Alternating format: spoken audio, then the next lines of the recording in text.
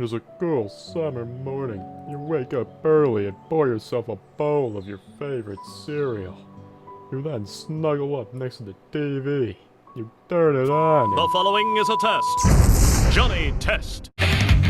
Johnny Test, Johnny Test, Johnny Test. He's a test subject to his twin sisters' inventions. Johnny Test. With the days they have, it's all with good intentions. Johnny Test. Oh, Johnny and his number two, Dookie always follow through.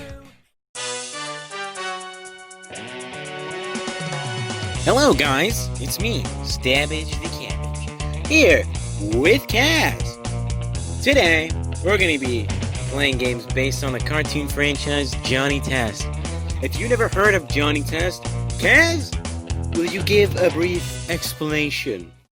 Sure thing, Cabbage. Johnny Test was created by Scott Fellows. It first premiered in 2005. The show is about Johnny, who is a hyperactive 11-year-old boy who goes on crazy adventures with his talking dog, Dookie, and his 13-year-old sisters, Susan and Mary. The show was canceled after the 6th season. Overall, it had 117 episodes and was on the air for 9 years. Now, before we get to the real game, we're gonna first play a couple of browser games that came out. So, let's begin with Johnny Test Deep Sea Snapshots. Alright, let's play this game. You know what? That's not really gonna work for reviews, huh?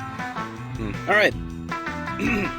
Anyway, the premise of the game is you take pictures to kill the fish while you descend, and you try to avoid mines so you can get to the treasure at the bottom. This game is very basic, you know, it's just like your regular old kind of endless scroller that any kid would want to play. The fish have the same three looking designs, and the water's not very cool looking, and it plays the same surfer music throughout the entire thing, and it gets super annoying. This game, it's a 4 out of 10, but, you know, I'm not really expecting much from these games. Anyway, let's move on to Johnny Test Forbidden Temple. Alright, so this game is actually quite interesting. It's a basic, like, tower jump game that you have, but what makes it feel different is that while you collect collectibles, you can also collect upgrades that will help you throughout the thing. You can also go into an endless mode, which is, you know, endless. But there's obviously like a story there, but the story's not really good. But the game is still very fun to go through because it is very addicting to do the jumping thing. So, this game gets a 7 out of 10. It's really fun. And next, we move on to Attack of the Johnnies. So, Attack of the Johnnies is a game. That's all. Next game! Alright, Kaz, tell me what the next game could possibly be. Next up is Johnny Foo. What? Johnny Foo? Wait, that actually sounds amazing. Could it be like that fighting game based on that sword thing, or maybe possibly the Kung Fu thing that happened in like those few episodes? Oh my god, I can't wait to play this game! What is this? It's Johnny Foo. Yeah, I know this is Johnny Foo, but where's the fighting game? It's an awful rhythm game, and it's not even on rhythm. You just hit the arrow keys at the right time. This is a very awful game. Let's stay away from it. It's a 0 out of 10. Never talking about it that again. Oh, wait. It seems there's one more browser game to talk about. Could this finally be the one that I'm looking for? The one that will surpass all browser games. The one that will be the 10 out of 10 browser game. Well, I don't think you can get any worse, so... Well, that game is Backlot Racing. And... It's not even that good. It's just a very poorly built together game. The skateboard doesn't even feel good. But It's a thing that exists. Game is -1 out of 10. You know, Kaz, I don't remember these games being as bad as they are. I really hope the actual game is going to be good. So, what is it? It is Johnny Test for the DS. I'm sorry, what? You said Johnny Test for the DS. Yup, you heard me. Johnny Test for the DS. Johnny Test DS was released on March 29th, 2011, but only in North America. Huh. Yeah, I bet people were lining up for that one. The game was made by Sarbachan Game Studios. This isn't their first game based on a TV show either. In the same year, they made an iCarly game for the DS. Then in 2010, they made the Wizards of Waverly Place game for the DS too. Oh, has Sarbachan, whatever they're called, actually made a good game? Actually, yes. They partnered with Disney in 2011 and they helped make the critically acclaimed mobile game Where's My Water? And in 2015, they helped with the game Crossy Road, which has over 2 million downloads. You know, back when I was a kid, I used to love Where's My Water? So I have some high hopes for this Johnny Test DS game. You can get it for $3 at GameStop. So what? Crossy Road is free to download. And that game's pretty good. It was originally $40. How many bucks? Huh. Well, I guess we've waited long enough. Why don't we talk about the game itself?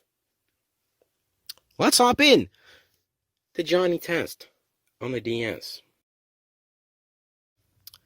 So, I boot up this game, and the title screen is very bad. I mean, I should have expected much from a DS game based on Johnny Test. I also had high hopes for this game for some reason, but it is what it is. Let's just talk about the story. So, the story for this game is that Johnny decides to tinker with his sister's real-life simulator thing because he wanted to do something. I completely forgot what it was because it was probably not even that important. I think it was for his video games, I don't even remember. But all of a sudden, Wacko shows up on the girl's monitor and says he took the data for the real-life simulator and abducted Gil for some reason. Yeah. So the girls task Johnny with taking back the data from the machine and also save Gil because guess what they want to do with the simulator? They just want to simulate his hair. Yeah, so pretty good thing there. Susan and Mary, you're pretty good. But anyway, after Johnny beats Wacko, we find out that Brain Freeze was the actual bad guy, who claims that he copied. You see, it's different because he copied all the data from the machine, and also froze Gil. Now, after defeating Brain Freeze, we again find out that he wasn't the actual bad guy, but it was actually, no surprise here, Bling Bling Boy. Now you might be wondering how Bling Bling Boy managed to do this. He managed to be the last boss. You see, so what it was is he just spammed the other two villains with emails about the girl's real-life simulator, and guess who actually has Gil? Bling Bling Boy has Gil. So you go and face down Bling Bling Boy, and once you get to Bling Bling Boy and beat him, you get the best ending possible. The credits roll. That's it. There's no endgame cutscene, there's nothing. Just the credits start to roll. So I'm sure you had a fun time with the story, but gameplay's next. And it's surprisingly not that bad. I know, I was kind of surprised too. I thought the gameplay would be horrid, but I guess not. So anyway, the game plays as you expect any platform would.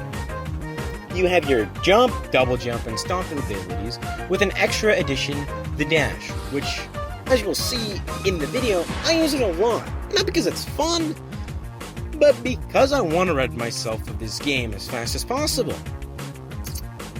And your main collectible in this game are, I'm not quite sure what they are, I'll just stick with Dorito. And power cells. Power cells are used to grab extra gadgets, which will help you throughout the stages, which will get you even more gadgets and more power cells.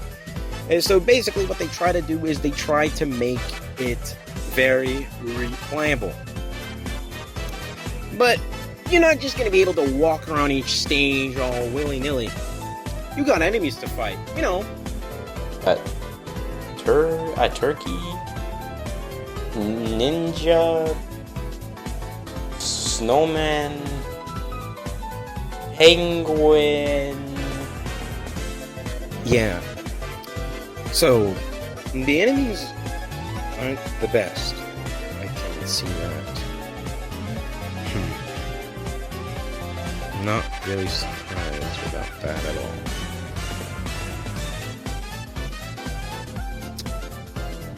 There are 3 worlds in this game. A castle, from what it looks like, a frozen over pork belly, and Dexter's lab. I messed that up. It's actually Bling Bling Boy's laboratory. Each world has 4 levels, and they're all basically the same thing. In each stage, you have to go through these stupid doors for some reason to progress. And get this, there are different paths to go through, and some of those are accessible by means of only using the gadgets. But if you didn't get the gadgets like me, you'd have to go the long way. But that's not really important. There are also doors that lead you to rooms specifically made to get you a single power cell. And these are actually quite difficult because this game just doesn't feel as good as I wanted it to when I was doing them. I only managed to do one because I got so done with the first one I did that I just gave up. But each world obviously ends with a boss. But the thing is, each boss has the same thing, and it's fire. A fire attack. A fire attack. You know, ice. What's his name? The frozen guy. I forgot it already. That's very funny. But he uses fire in his boss fight. Why? That's so strange. We had enough of me talking about bosses, then let's talk about the other things you can do. Well, you can take damage in this game. Of course you can. But your life is based off of the red gush. And there's obviously going to be some on the stage that you can collect, which will heal you 1 bar of health. Now, some might say that this game is good, but oh boy, you haven't heard the worst of it. Each world has you play a specific version of Johnny. The first world is regular, run-of-the-mill Johnny. Second, you play as a superhero, Johnny X. And lastly, you play as Commando Johnny. And that's not really bad, but it feels very weird in some areas to control Johnny itself, because level design, it's not that good. Huh. Did you know this game has bugs? Sometimes you double jump on a moving platform and go straight through it. And sometimes you even take double damage. Yeah. It's very weird. But the graphics, I mean, they're not really the best. I mean, look over here. Johnny doesn't even look like Johnny. He looks more like the spawn of the devil. Alright, I've had enough of this game. I think we've all had enough. So the final verdict for this game is going to be a 3 out of 10. This game feels very boring, sometimes, as the levels have bad enemy placements and are only just there for the sake of it, and the stages sometimes feel way too damn long. And there's literally only 4 soundtracks in the entire game.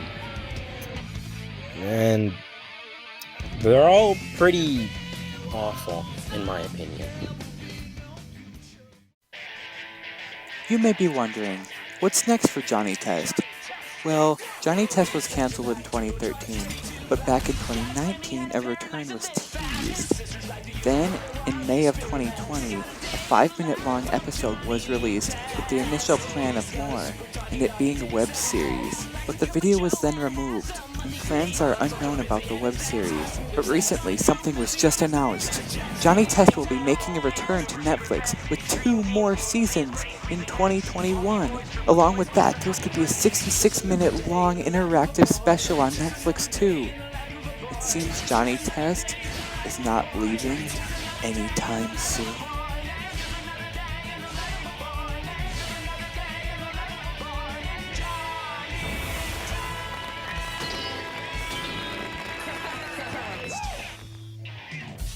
Kaz, I'll be honest with you. I don't really want to see Johnny Test ever again after these games. But that's for a later time to discuss about Johnny Test. If you look at the time, it's time for the video to end. So thank you so much for watching this video, and we hope to catch you next time on Let's Review. This is StabageTheCabage and good old Kaz signing out. See you next time.